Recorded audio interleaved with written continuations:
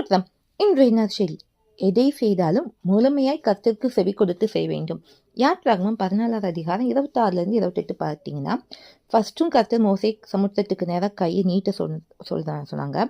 என்னாச்சு? சமுத்திரம் பிளந்துச்சு. இப்போ மறுபடியும் கர்த்தர் மோசே பார்த்து சொல்றாங்க, நீ ஜலம் எகிப்தியர் மேல ரதங்கள் மேலேயும் அவங்க குதிரைகள் மேலும் திரும்ப வரைக்கும் உன் கையை சமுத்திரத்தின் மேல் நீட்டுன்னு சொல்றாங்க. மோசே நீட்டின போது சமுத்திரம் என்ன ஆகுதுன்னா எகிப்தியருக்கு விரோதமா வருது, அதாவது பலமா திரும்பி வருது.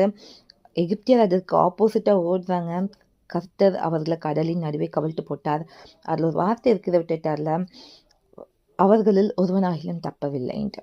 அப்ப என்னன்னா, ஃபர்ஸ்ட் ஆரம்பிக்கும் போது எல்லாரும் நல்லா தான் ஆரம்பிப்போம் ஜெபத்துல, ஆனா முடிக்கும் போது மாம்சத்துல முடிக்கக்கூடாது.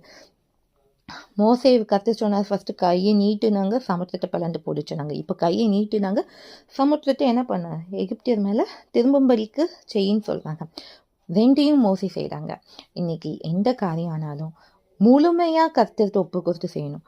அதாவது சிலவங்க என்னன்னா, நம்ம ஒரு விஷயத்தை செய்யும்போது ஜெர்ம் பண்ணிடுவோம், போக போக போக நம்ம மாம்சத்தில் இருப்போம். அப்படி இல்லாதபடிக்கு ஆதி அவர் தான், அந்தம் அவர் தான். அதனால எதை செய்தாலும் முழுமையாய் கர்த்தர் சொல்றபடி செய்யும்போது கர்த்தர் நமக்கு சொன்ன வாக்கு தத்துவம் எல்லாம் நிறைவேறும், ஒன்னாகலும் தவறி போகாது. இதுவே இன்றைய நற்செய்தி. தேவனுக்கு மகிமை உண்டாகட்டும்.